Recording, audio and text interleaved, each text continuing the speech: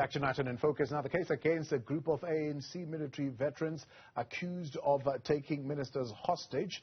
ANC and other veterans at the Pretoria hotel last October was withdrawn this week. The 53 veterans were arrested after they allegedly held Minister of Defence Thandi Modise, her deputy and Minister in the Presidency Mondli Gungubele hostage during the ANC meeting with the veterans. The ministers were meeting with the Liberation Struggle War veterans, a group comprising former liberation armies of Mkhonto Wesizwe, the Azanian People Liberation Army and Azanian National Liberation Army. The veterans had demanded an audience with the president to address their demands for reparations for their role in the struggle against apartheid. Joining us now to outline the way forward is Liberation Struggle War veteran spokesperson Mzukisi Ronyuza.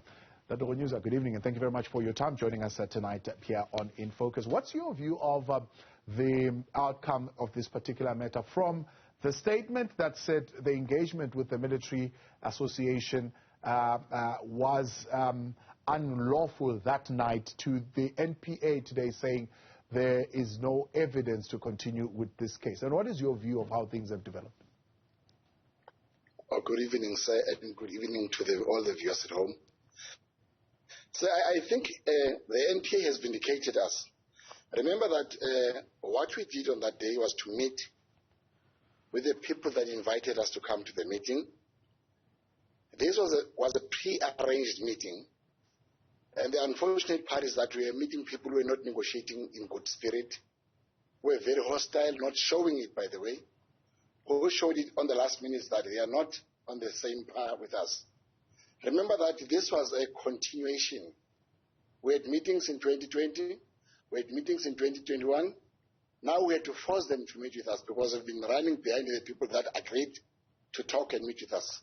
I think the NPA was very clear, and it saw through what was happening there, because it can't be that you invite people to a meeting and end up saying that they kidnapped you, whereas you are the one who's been changing the venues from point 1 to point 2 and to point 3. You've been changing venues, making strategies and planning. At the end, you say people have kidnapped you.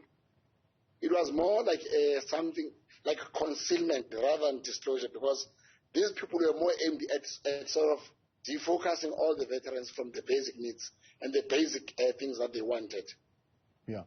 And what do you make then of the surprise now? I mean, the Deputy Minister, in fact, says he is quite surprised at the withdrawal of this case. In fact, there is a sense that he feels he cannot fathom the reality that these cases were dropped, because he submitted an affidavit which was evidence enough detailing his ordeal.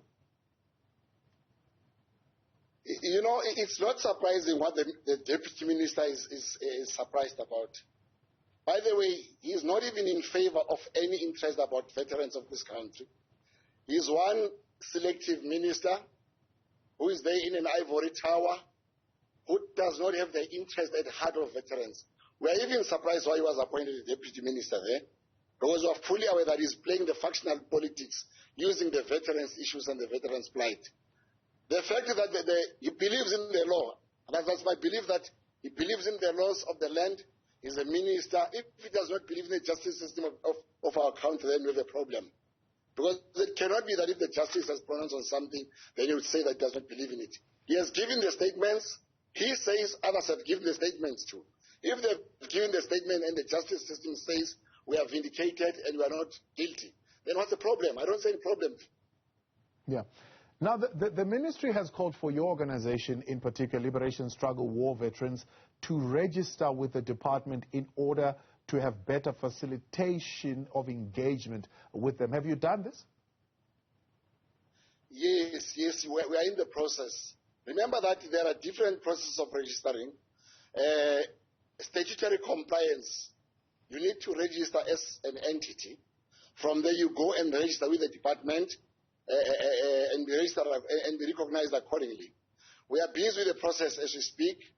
By the way, we tried to engage with the DDG of the DMV last year around about July. We never succeeded in doing that. She was not willing to listen to us. We did it the second time in December. The main aim was to register with the DMV to be recognized accordingly. But we have decided now this time that we'll do it. I think this time around they'll listen to us because we're representing a number of people, a number of veterans and their families. Yeah. There have been some developments as far as announcements around the pensions are concerned. The Deputy President saying some of the difficulties around the payment of pensions have been cleared. Are you included in those payments? I think even that statement is very, very problematic because the Deputy President has been traveling to a number of provinces. That is not a new statement, by the way. He said it in Limpopo. He said it in Free State. He's going to Free State again the coming week, I'm told. He has said it in Western Cape. He has said it in Northwest, and everybody's happy. We are aware that he can talk on pensions, but once he veer away from what we agreed on, then we'll have a problem, because we understand that they've been quiet about all these demands and the plight of veterans. We initiated a process that brought them on the table. Even the committee that is chairing today, it was initiated because of the liberation struggle of veterans' efforts. So if they are going to go out and talk and pronounce on those matters without involving us, whereas we are signatories of the document, the consensus document, they are going to have a problem. We're going to have a challenge with that. So whatever that is pronouncing on the other side, then if it does not speak to the expectations as per the agreement, we are going to challenge it. Yeah. What are your expectations? I mean, they're saying in this statement, the Deputy Minister will still roll out the details and elaborate on how the rollout will happen. But they're saying we want to see the rollout happening as soon as possible without really committing to any time frame. Are you aware of when they plan to roll them out in earnest?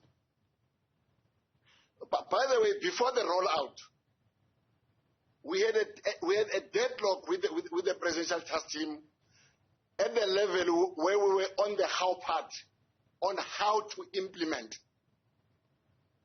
We agreed on everything. We agreed, we signed the documents. We had a deadlock on how to implement.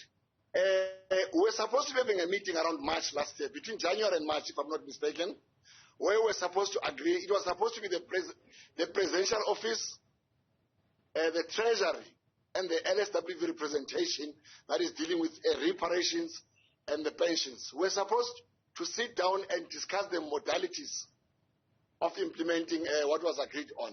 So now they chose to move away from the agreement. They chose to move away from negotiations. Basically, they are running away from the how part. We don't know why. And they decided to deal with people that are outside the confines of the negotiations. So our expectations, in fact, is 15,000 per month, as per the agreement, on pensions. And our expectations is to go on the table and finalize the matter and discussions on reparations. Yeah. And you're saying if the 15,000 is not coming forth, then you are not accepting that? We are not accepting it. We are not expecting anything below 15,000 as per the agreement. By the way, even before we could come on board in 2020 through the march in Pretoria, there were a lot of advices and a lot of recommendations that spoke to that 15,000 rands. By the way, it was a little bit, we just came on board while this was discussed. There were agreements that were shelved somewhere, but when we discussed that, a lot of parties came on board and said, this is what we also recommended to the DMV. Yeah. By the way, there's an advisory council at the DMV. Okay. It was led by the likes of Babu Obima Bena and others. They recommended the 15,000 pension. The deputy minister deliberately chose to ignore that. And when you go again to some of the portfolio committee presentations, he presented a lot of things that we are talking about today. The reason is reneging now, I don't know. Maybe they are demanded by us now. We don't know. Yeah. But the fact remains that we are on the right track.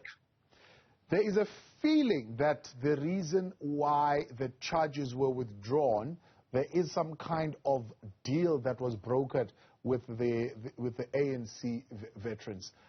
What is your feeling on that? I am part of the national task team. If there were such deals, I would tell you and say that we had a meeting with the ANC. I can't.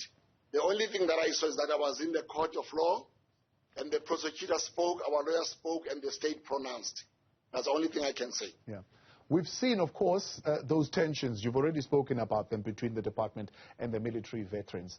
The dropping of these charges, do you think that will serve towards making that environment a little bit less tense?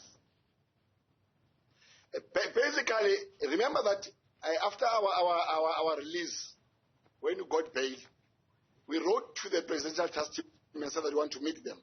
They told us that they cannot meet us because some of them are witnesses on the other side where they're accused. I think that cloud is gone now. We want them on the table to discuss and proceed. We are not angry, we are not bitter, we just want to proceed so that we address the challenges that we are facing. Liberation Struggle War Veterans spokesperson there, Mzukisi Ronyuza.